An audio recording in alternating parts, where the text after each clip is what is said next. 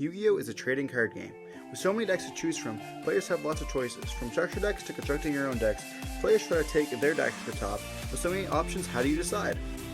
In this series, we shall be starting from 3 of the Fire King structure decks that give a powerful fire-based archetype that has lots of destructive capabilities.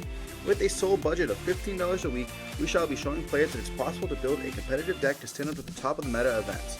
Follow me through this journey as we construct a deck to burn our way to victory, because this is Living Like Fire Kings. This is all we're adding this week. We did hit 23 cents over the budget, but as you guys can see, we're not going to be playing the Super Polys. We have no Super Poly targets right now, so just the Link Rebo going to be changing, throwing that into the deck, and yeah, see you in the duels. For the deck profile this week, I'm going to feature it off in the style of just a regular deck profile, rather than having explaining like the stuff. So this is episode 3. I think every like 3 or 6 episodes, maybe 5 episodes, I'll go over anything big change of the deck list or explain why for the people, for the new viewers. So we're going to be playing the 2 Garuniks, the 3 Kieran. You only need 2 of these. 3 of these is one of your best cards, best extenders. And you have the 3, the 3, the 2, and then just a 1. So you only need 2 of these because you don't need to have like multiple searches of it. I know in the past I really liked having the 3rd copy, but you know, now that we're getting better and better with the deck, as well as having like more searchable cards with like prosperity and stuff in the deck, we want to see less of these because we're going to be getting into less grind games. This is an absolute crazy card. 2 of these because we are playing the pure variant, and we find ourselves needing a second one, especially during second turn combo. 3 Arbiter because we're not playing the Sinful Spoil stuff, so we don't want to have that tanky to be able to search it. And then same thing with the Phonics. I actually find myself not always wanting 3 of these. It's crazy. You know, it seems extremely unorthodox, but a lot of the times you have so many accesses to Phonics, you just don't really need it. And then of course we're flipping the Ring Bali because it is a spell and trap negate, and we have not that much power in the deck. And then for the spells, we're on the 2 Fire King Islands, the 3 Sanctuaries. This card is definitely cuttable down to 2, but for the budget build, you want to see this as optimal as possible. Same thing with the 1 and 1.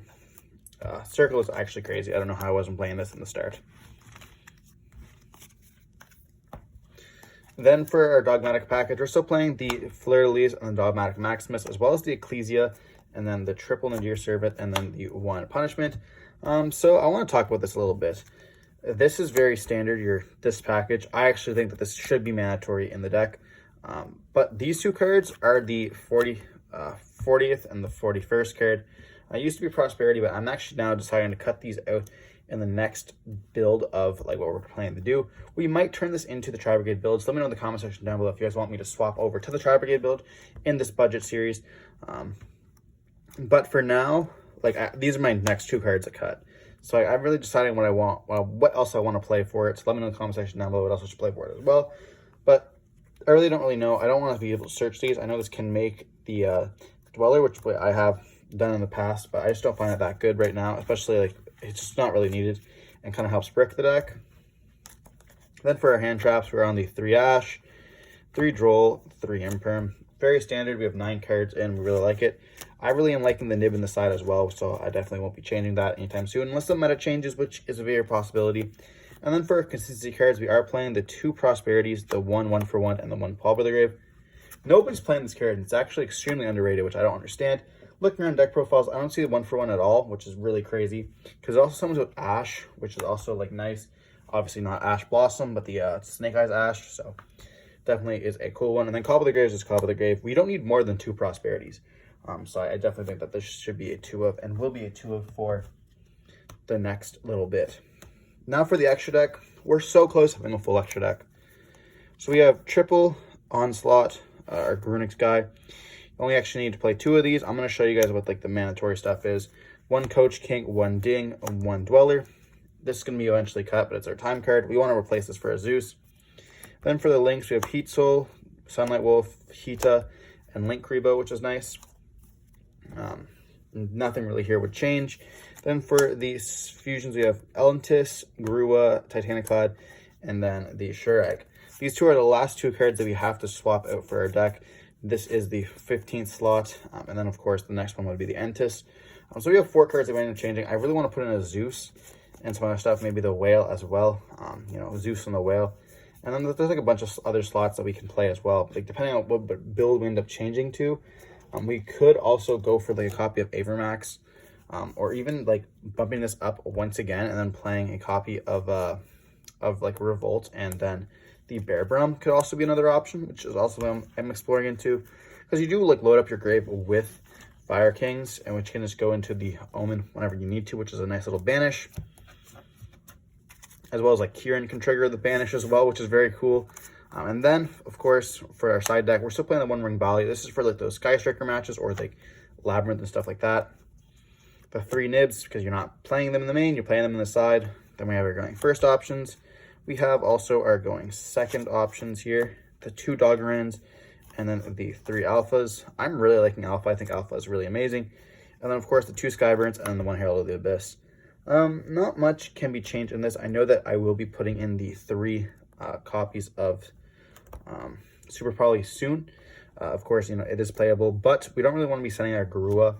So obviously we're going to be changing the Judgment for it. Judgment is a powerful card, but this deck does have a little bit of a time loss, especially when we're playing a budget series. I actually really want to cut this extremely well. Like, I want to cut this. I've never actually really sided into it and felt like this was mandatory.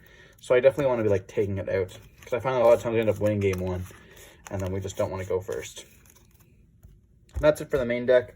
And we'll see you, or that's it for the deck, I guess, and we'll see you in the games.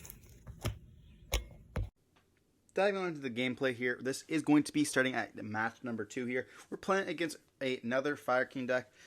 Round 1 was against a kind of a jank build of a deck that is not quite good.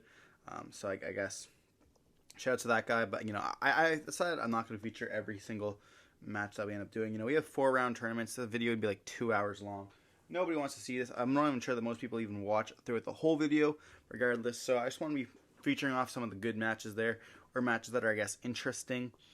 We end up winning that one here, so we're going to be diving on into game 2, going to be playing against someone who also is 1-0. But we're playing against full-powered Snake Eye version of the deck. We're going to activate a Wanted, and we're going to hit them the Ash Blossom, hoping they don't have access to the engine, because the engine is going to give them essentially a free draw 1 plus the copy of... It's not even just a draw 1. It's really just a, like, draw 2 plus whatever else. And then we see them have it anyways. They're discarding the Elefante, and then they're going to be able to summon herself out. Then she's going to put the Wanted. It's like a +2, and then also getting a, like, essentially a +4, because I'll have Flamberge, and then Flamberge is going to be bringing back out 2 more. So it's going to be searching for 2 more additional cards, and so I guess it's like a +5 in recursion. Then we're going to see the normal summon of Eponyx. They can't be able to search because we do have the copy of the Droll. They're going to be able to still go for Ash, sending itself to go for the copy of Flamberge. And that's going to essentially going to be able to do a bunch of stuff during the standby phase. Or I guess during the next turn. But they're going to be activate the effect to also equip the Elephant here. The Arvada, which I think is really cool. I didn't even know that it could do that. And then during the standby phase, it can actually summon itself out, so they have like another body on the field, and also be able to have that negate by destroying the Flamberge, which can then summon out the Ash and then the Eponyx as well, which will give them access to be able to search for that spell that they did not get the previous turn because of the Droll and Lockbird. So really cool seeing that there. And then we're going to be seeing the effects going to be activating to tribute it off to negate, and then it's going to be summoning both of them. They're going to activate both of their effects here, searching for another Eponyx, and then the copy of a spell there. Going for the Sanctuary. Then we're going to activate the Sanctuary that we had already there, which is nice. You know, they did negate, but we have what they were searching for regardless here. And then they're going to be ashing us on the island, and we're going to scoop it up going into game 2. Yeah, there's not much we could do in that scenario, unfortunately for us. But there is other stuff that we can possibly do. I've been thinking about picking up like some of the Snake Eye cards, and then, you know, maybe summon out like an Ash from the deck. But at that point, it's like, do I just pick up 3 Origin Snake Eyes and then like play Ashes? I don't know. It's been a little bit of like a, not, I don't want to say a search, but kind of like a thought process, I guess. But we are going to be moving on into the game 2 here, with us choosing to go first. unfortunately, the deck does have so much gas, so that's our kind of our losing point here. Because like going second, they have normal summon Arvada, and with like any other kind of discard or any other powerhouse, it's quite problematic. And then of course they have like actual blowouts compared to our blowouts, which aren't that good. We're gonna start off with an Nadir Servant there, which will be able to send us the Garua, which is also a great option, as you guys know, if you guys have watched any of the duels on the channel here. And then that's going to be able to search us for the copy of Ecclesia. Interestingly enough, we're going to draw off of it. So, meaning we already have the Maximus in the hand. Then we can activate the Maximus to banish. They're going to activate the effect there, and they're going to hit us with a copy of Imperm, which is all right. We do have the Ponix in the hand that we drew off of the copy of Garua here, which can search us there for a Sanctuary and then also play it. This is what I mean. Like I think I want to have a copy of DD Crow in the deck, so I'm going to be probably focusing on that next week. I also think it's a really good defensive card. To be honest, maybe a little bit even better than like a Judgment. I say that's kind of wild, but if you guys are getting tired of seeing the Dogmatica build, also let me know in the comment section down below. We can swap it up for the Tri-Brigade build. I think that it's definitely another very, very viable option in the deck. But I'm going to be trying out, this is obviously a budget. I want to be, exploring with you guys what the options are and try to make this deck as competitive as possible on the budget.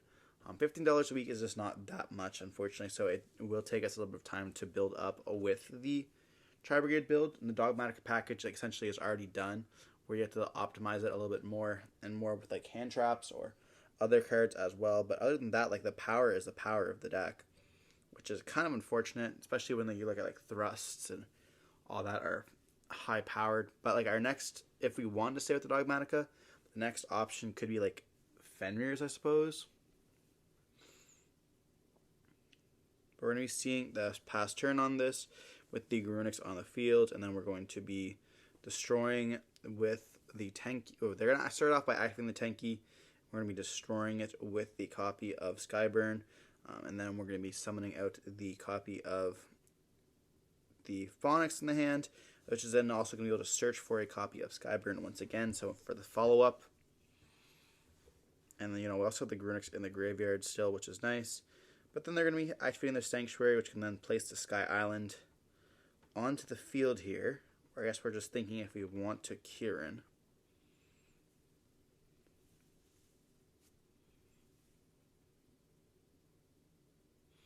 It's going to be all good there, so they're going to be able to place the Sky Island, or the Sky Island. I keep saying Sky Island, but the island onto the field there. And then the Witch is going to summon herself out by sending the Sanctuary. And that's going to be able to put the Origins onto the field. And we do chain Kieran to this.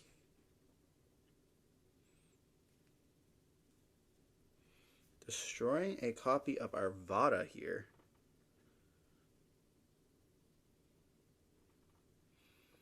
And then that's going to be setting there. And then I suppose we can activate the effect of Arvada, summoning out the Garunix, and then Garunix can then destroy a Kieran from the deck, and that then will be able to summon back out the Arvada from the graveyard and being able to destroy. But this also kind of loses to a DD Crow here.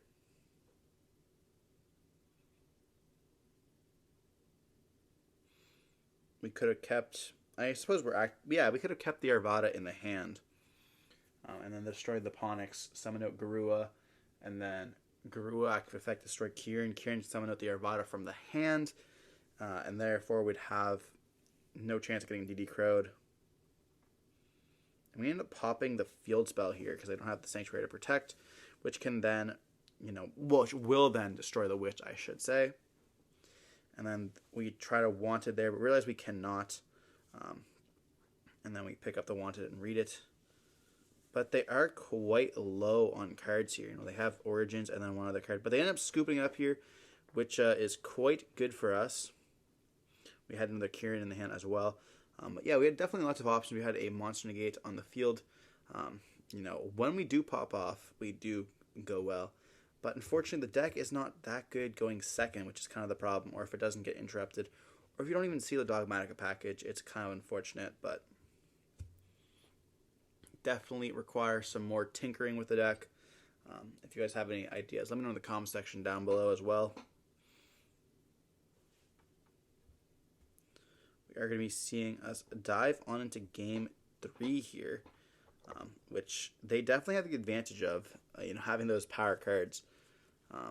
The wanted engine is absolutely insane, especially when you get like the loop Flamberge. They can end up going for like SP, the whale thing, Amphra whale or whatever it's called, and they can also go for like Sanctuary Rip or Sanctuary Blow Up, I suppose.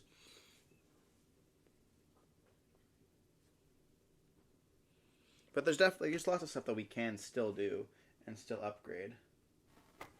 I just ended up cutting out the siding there. Ended up talking for a little bit. But here they're going to be seeing them. I'm going to be choosing to go first. The full powered, obviously. And when we see a wanted engine for the 3rd time in a row here, the wanted is going to be able to search for the copy of the Black Witch here.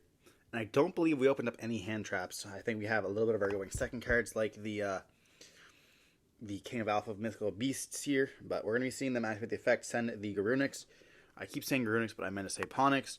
And then we're going to be seeing the Origin's going to be searching for summoning out the Snake Eye. Then Snake Eye is going to be able to search for the copy of Ponx. Ponx is then going to be normal summoned out, which is why it does not matter if it ends up being sent to the graveyard there. And then we're going to be seeing the island being placed onto the field with the Sanctuary that was searched off the Phonix. We then get to link, or we get to activate the effect, blow up, I should say. Link away for Garunix, what am I saying? And we're just going to activate the effect, dumping the copy of the Baron from the deck, destroying it, I should say. Then we're going to see the Ash going to be sending itself, as well as the copy of Sanctuary on the field to summon himself out. Then we can link away both of those for a copy of the Heat Soul. And then we're going to be able to summon back out the Ash as well as the Ponx. Then we're going to be able to activate the effect of the Sunlight Wolf to add back the copy of Flamewell, so that when it gets destroyed off the Kieran that we end up searching for the standby phase, that it will be able to summon back out both those bodies. Then we're going to link away for a Link Rebo. Then we're going to go for the copy of the Heat Soul. Then we can go for a copy of Arvada off the Tenki that we end up searching here. I also want to mention that the one that was reborn off was the one that was not destroyed. The one that was destroyed off of the island is staying in the field. I know this. I know that graveyard matters, which is why you'll see me eventually go over and grab it and swap it around because it is important. So we just see the swap of the location there, so that you guys can know that it was stated. I know that that's what he meant to do. When you're at like a regional or something like that, or a YCS, and you don't know your opponent, like I know Todd very well. Shouts to Todd always for being on the channel. You guys know him. He's been on hundreds of duels. We probably have like 600 duels on this channel, and at least a good solid 50 of them are him. So shout to Todd for always being on the channel, helping us out. But yeah, so we're going to see them go draw another one for Wanted. So they end up getting a draw 2 here, plus like 4 searches, which is pretty crazy when you think about it. And you still have like the Kieran to be able to destroy the copy of the Flamebird during the follow-up turn. And then we're going to see Kieran going to be destroying the copy of Arvada, which can then summon out the Garunix. And then we can go for our copy of SP, most likely. Are they going to tag out for Link Rebo to go for the SP if they want to banish something there? But they definitely did not need to. And then we're going to go for the Ampho Whale here.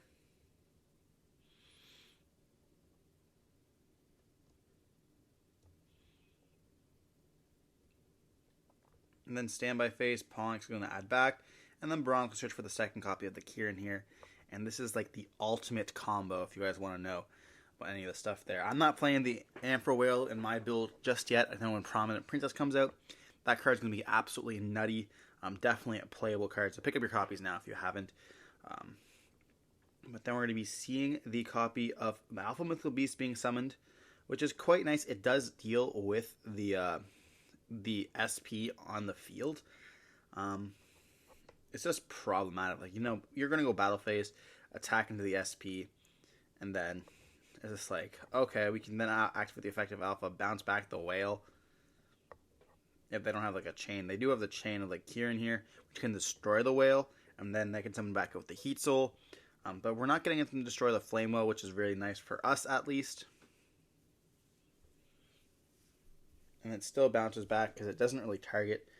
So then we declare what, like, forgot that it targets my monster, bounce back itself, and then it bounces back cards. So even though the target changed, Kieran will actually end up being bounced back to the hand, and then that's going to get destroyed anyways.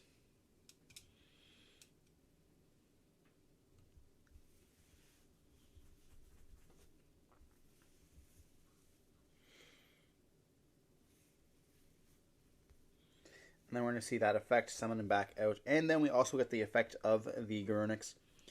Summon himself out and then destroy a card from the deck. I don't know if he's playing a copy of... he's not. So he's going to play another copy of Kieran to blow it up. I thought maybe playing the Baron. But then we're going to summon out the copy of Arvada, which can destroy the Flamberge in the hand, which then gets to summon out the Ash as well as a copy of the Ponix. We can then search for another spell card. So we're going to see us normal summon out the Ponix, and they're going to activate the effect of the Heat Soul in Chain to let us search here, and we're in danger. Like, this is essentially, we're losing this no matter what. We're gonna search for a Skyburn here, and like, they have so much advantage currently. We've already gone through the battle phase. There's really nothing we can do, and we get hit with the Droll and Lockbird. And it's like, at this point, we just scoop it up. We're looking at our hand. We're gonna activate the Skyburn here, and then I think we just end up scooping here. I know we have a second copy of Alpha in the hand. Then we're going to destroy it. And that's going to get destroying the copy of the island there. And then we can activate the effect to summon out the Ring Valley. I think they have Amphiwhale there. Or they have Arvada here. And then they have the Amphiwhale to banish.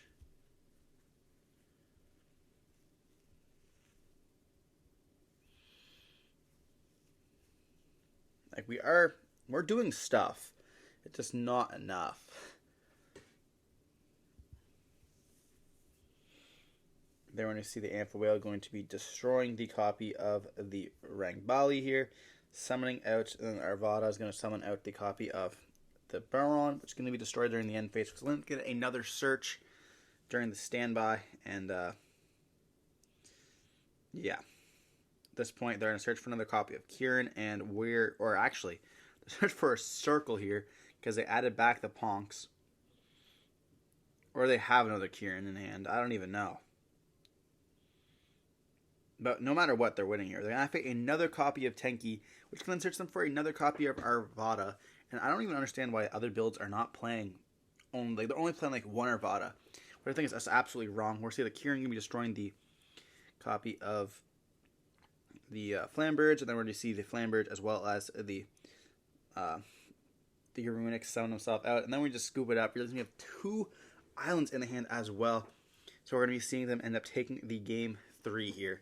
Kind of unfortunate, but I don't know if there's anything else we could have done differently there. Moving on into the third match of tonight, this is going to be playing against Kashtira here, and this deck is actually quite scary for us. We saw with the ban list that we now have gotten back 3 Unicorn, just a bump up from the 2. Still no Arias Heart, but this deck is still a problem. Being able to use Unicorn control, it reminds me of True Draco, but in 2023 standards. And this deck is going to be able to take some regionals. It is extremely rogue, but definitely watch out for this deck, especially if you're playing a deck that loses to Shifter like us. It's kind of hard for opponents to activate in the graveyard if there's no graveyard. But before we dive in, don't forget to like, comment, subscribe. I also forgot to mention that we're on the road to 5K here. We need your guys' support. If you're still watching this, let me know in the comment section down below. And I can do this is a series for you guys. I have the Snake Eye stuff already myself.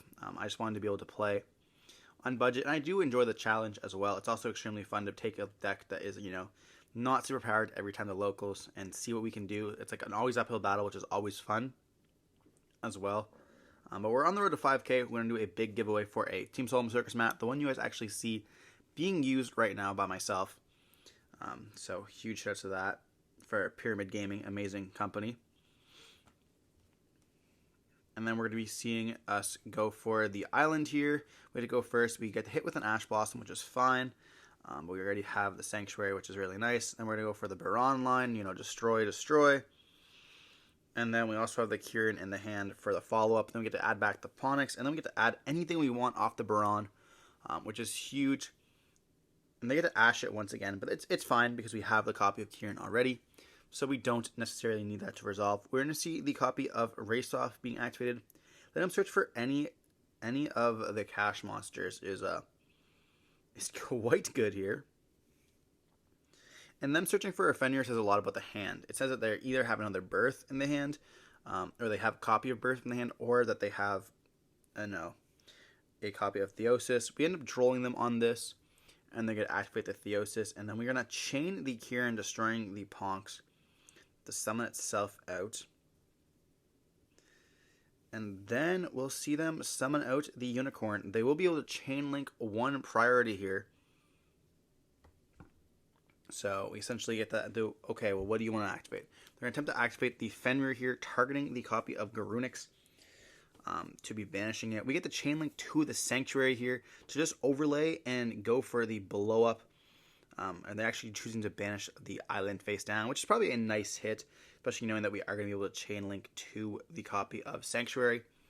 And then we're going to be blowing up the field here. They do keep the field spell there, but that does leave them on not quite a bit. If they have another monster in the hand, they get special summon out. They are in a good position, but we do have a Birth as well, which is very nice for them. Being able to summon out, it gives them the opportunity here to summon out one of their monsters, and they also get that search effect, which is quite convenient. We're going to see Fenrir. Then we can search out a Rise Heart. Rise Heart will be able to activate its effects. Then we're going to be banishing the top 3, making a level 7, which can also go into a Shangira or the copy of Big Eye as well. We're going to see them go for the Ogre there. It's crazy how they have almost the exact perfect board for this, which is pretty nice. Then I see them go for Big Eye. Big Eye will be able to take the copy of the boy, and then they're going to attack into the Zeus there.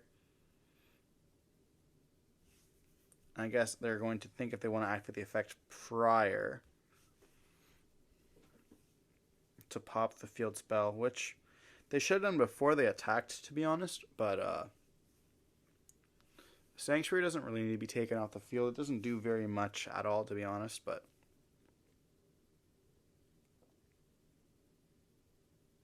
see them just go for a Zeus there, and then we're going to draw for turn. Then we do a standby phase, add back the Ponyx there, which is quite good for us. We activate a Fire King Island here, which can then destroy to summon, which can destroy the Ponyx or the copy of the Ring Bali that we have in the hand, and then we can summon out the Garunix. Activates effect here, destroying from the deck. This will be threatening out the Zeus, destroying the Kieran. Then Kieran can attempt to summon out the Baron. Just summon from, we can either just summon out the Baron or the copy there, but they have to be forced to Zeus this.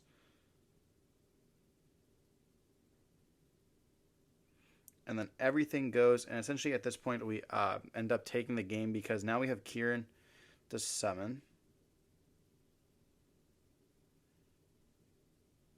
And destroy a card on the field.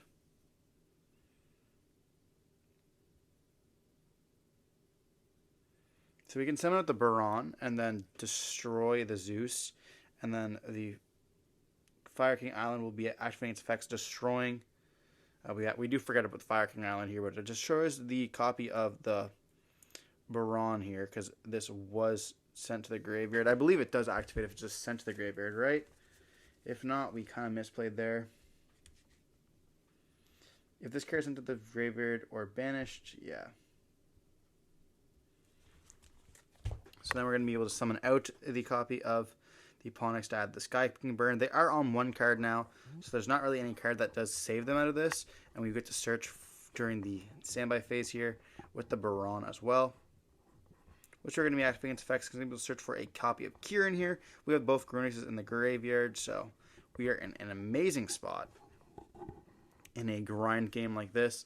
Simplified game state, having a Ponix as well as a Kieran, and then being able to pop stuff, and then we're also going to have the effect of the Garunix in the graveyard to be able to summon out, activate the effects, destroying another copy of Baron from the deck here, or a copy of Arvada, and then Arvada can summon out the copy of the Kieran.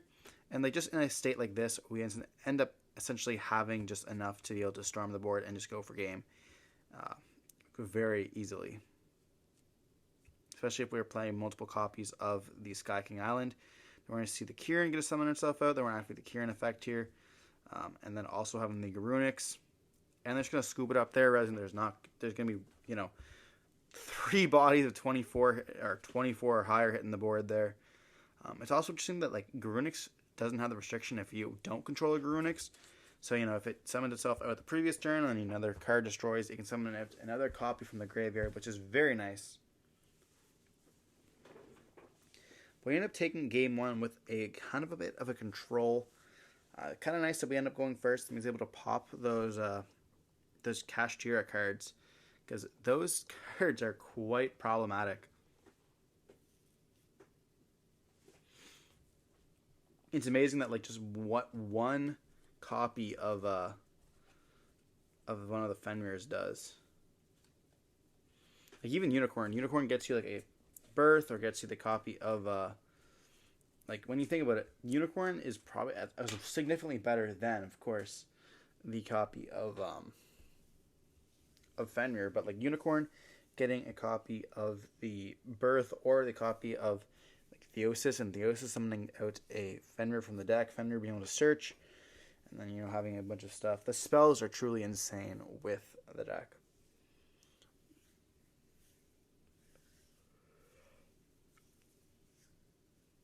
But going in second here, we have a few cards we can add. We do have the opportunity to add in those Nibiru's, which chances are we won't be able to be using. But a Kaiju, as well as the Master, the Alpha the Mystical Beast, and the Skyburns are quite good, because of the fact that Fenrir targets, and being able to dodge the Fenrir target, or letting them use the Fenrir target, and we just Skyburn it essentially away, popping another card, or that problematic Fenrir is quite good for us. But moving on into game 2, we're going to see them going to be going first here. Just one summon is quite good. They're going to activate the Planet Rythoff here, which let them search for any of the cards that they want from their deck. Searching for any cash monster, going for that Fenrir. And we do hit them with a Droll and Lopper, which is quite good for us, and making them not be able to, search any more cards. But they do have the Fenrir summon out. Theos is going to be able to summon out the Unicorn there, and then they're going to be setting in a card and just passing on that. But having the Unicorn and the Fenrir control is quite good. We're going to see them normal summon out the Ponix and activate the effect of Imperm targeting. We have the Skyburn there. This is what I mean. Skyburn is going to be able to destroy the copy of Fenrir, and then we won't have to worry about the Fenrir at all. And we do get to search for another copy of Skyburn. That's just how powerful this card is. Be able to pick out that board.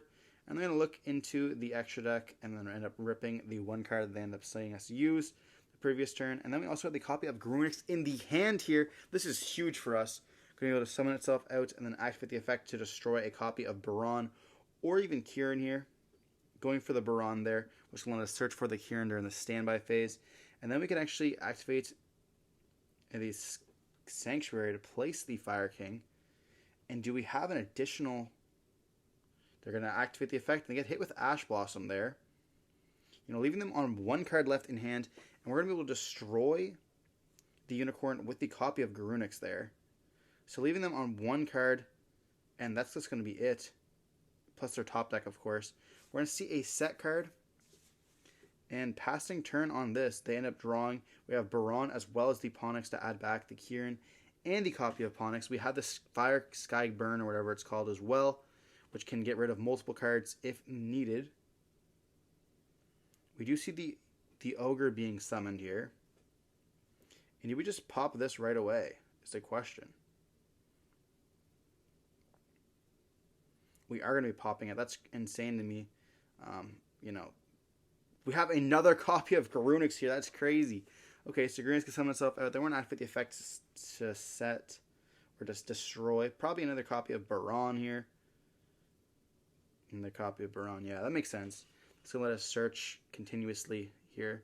Getting both of them in a deck as well, which is pretty nice. And then we can start like looping them with Arvadas being destroyed and stuff like that. I'm just going to pass turn on this. Standby phase, Baron's going to be searching us for the copy of Arvada, which is now we have a monster negate. And essentially, we're in full control of this game state, because now we can just normal summon with the Arvada. And then we also have the Kieran in the hand, as well as Deeponics. And then we're going to start going into those loops of Sky King going to be Sky is going to be activating the effect of Island. And then we're going to be destroying a copy of Alpha the Mythical Beast there to search for a Kieran. Then we're going to go Kieran effect, destroy the Kieran from the hand. Kieran can then summon out, as well as the copy of Ponix can summon himself out. Then we see the Garunix summon. And then we have to search for another copy of the Circle here, actually. So this is going to be facilitating the OTK line. And they have a Theosis, which is unfortunate for them. And they scoop it up with Kashtira being taken out 2-0 from Budget Fire King there. Which in our next duel, we end up winning as well. So we end up going 3-1 that night. Pretty nice for us, end up getting, I think it was like 4th place there, which is kind of unfortunate, not getting any of the extra packs. I don't know if I should be featuring the packs in the videos. You guys let me know if I should be including them. I feel like it's kind of a bit of a cheat code, because sometimes you get lucky at locals and other times you don't. And I want to make this like as realistic as possible for you guys, so you guys can purchase the same amount of stuff that we can, rather than like pulling out those lucky cards, which ends up happening a lot of the time, and then people end up going by and they don't open anything, and it's like, oh well, that's unfortunate. But I hope you guys enjoyed the video. Let me know in the comment section down below what other stuff you guys want to be seeing in this, and don't forget to stay safe. Peace.